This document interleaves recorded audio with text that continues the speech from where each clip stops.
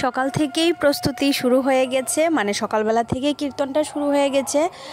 আমি যেটা সকালবেলার ভিডিও একটা পোস্ট করেছিলাম সেই ভিডিওতে তোমরা দেখেছো, তো এটাই আমি এখন তোমাদের ভয়েস ওভারটা দিচ্ছি।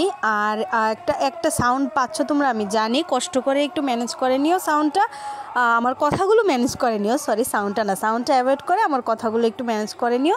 আর ভিডিওটা দেখো, আশা করছি তোমাদের খুব ভালো লাগবে। আমি সারাটা দিন শেয়ার করতে পারছি না, কারণ একটা হচপচ একটা হয়ে গিয়েছিল সারাটা দিন, তো সেই জন্য আমি সারাটা দিন মানে ভেবেছিলাম সকালবেলার একটা ভিডিও পোস্ট করব, দুপুরের আলাদা করে প্রোগ্রামের একটা ভিডিও পোস্ট করব, রাতের একটা ভিডিও পোস্ট করব, তো সেরকম আমার প্ল্যান মতো কিছুই হলো না।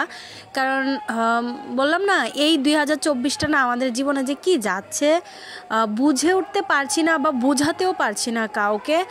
আর তো সেটা থাক নিজের মধ্যেই, সেটা না হয় এই গল্পগুলি না হয় সুপ্ত বা গুপ্তই থেকে যাক মনের ভিতর। তো কেমন আছো বন্ধুরা? আশা করছি সবাই খুব ভালো আছো। রুমা অন চ্যানেলে তোমাদের আরেকটা নতুন ভিডিওতে অনেক অনেক বেশি ওয়েলকাম। তো আমি দেখো তোমাদের সঙ্গে শেয়ার করছি যে এটা কিন্তু ভোরবেলার সকাল, মানে ভোরবেলা যেটা আমাদের কীর্তনটা স্টার্ট হয় সেই 4টা থেকে। তো সেটা দেখো উঠানে সবাই নাচানাচি শুরুও করে দিয়েছিল, কারণ ওইদিকে আরতি হচ্ছিল, ওইদিকে কীর্তন হচ্ছিল ভোরবেলার যেটা, তো স্বাভাবিক সেটাই।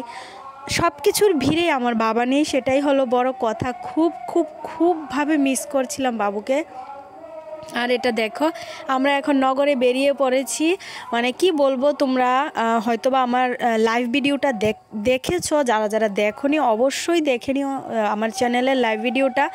তোমরা দেখলে হয়তোবা বিশ্বাস করতে পারবে, না দেখলে আমার বলাতে হয়তোবা তোমাদের বিশ্বাস হবে না যে কি পরিমাণ মানুষ আমাদের এই কীর্তনে হয়ে থাকে।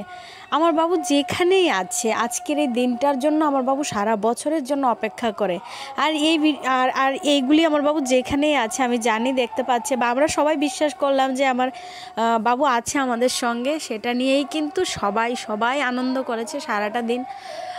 জানি প্রত্যেকটা মানুষের মনে কষ্ট ছিল, প্রত্যেকটা মানুষের মনে, তোমরা মানে বিশ্বাস করতে পারবে না, আমাদের বাড়ির এই কীর্তনে যতজন মানে কি বলে না ইনভলভ আছে দায়িত্বে, তারা সবাই কিন্তু আমার বাবুকে A to Z মিস করেছে। আর আমার মার কথা বলে বা আমাদের কথা বলে, সেটা আলাদা করে বলার কিছু নেই, কারণ আমাদেরটা অন্যরকম, সেটা কাউকে বোঝাতে পারবো না। আর আমার জীবনের এই মুহূর্তগুলি না, এই সময়গুলি না, রাত পোহালে আমার জন্মদিন।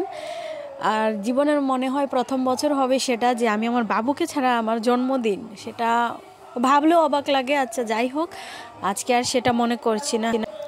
তো আমাদের এখানে সকালটা শেয়ার করেছি, আর এখন এটা হলো দুপুরবেলা, মানে যেটা ভোগারতি যেটা, সেটাও স্টার্ট হয়ে গেছে, পূজা স্টার্ট হয়ে গেছে। আর এখানে দেখো আমি তোমাদের রান্নাবান্নাটা একটু দেখাচ্ছি, আর সেটা সবগুলো দেখাতে পারলাম না কারণ ঢাকা চাপা আছে, সেটাই থাক।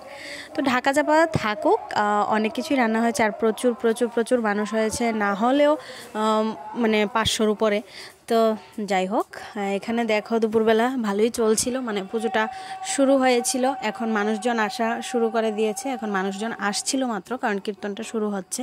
আর এই কীর্তনের ভিড়টাই আমি দেখতে পেলাম না, এই কীর্তনের টাইমটা আমি মিস করে গেলাম, কিছু করার নেই, আমারও একটা এমার্জেন্সি একটা বাড়ি থেকে বেরিয়ে যেতে হয়েছিল, তো সেটাও একটা খারাপই লেগেছে। কারণ হলো ওইদিকে বাবুরও শরীর ভালো না, মানে আমার শ্বশুরেরও শরীরটা ভালো না, তো সেই জন্য আমাকে বাড়ির বাইরে বেরোতে হলো। কিন্তু এখন দেখো আমি স্নান টান করে শাড়িটারি পরেও রেডি হয়ে গিয়েছিলাম। এইদিকে মাসিমণি মেশু এসেছে, অনেক অতিথি এসেছিলো, বাট কোনো ভিডিওই আমি করতে পারিনি।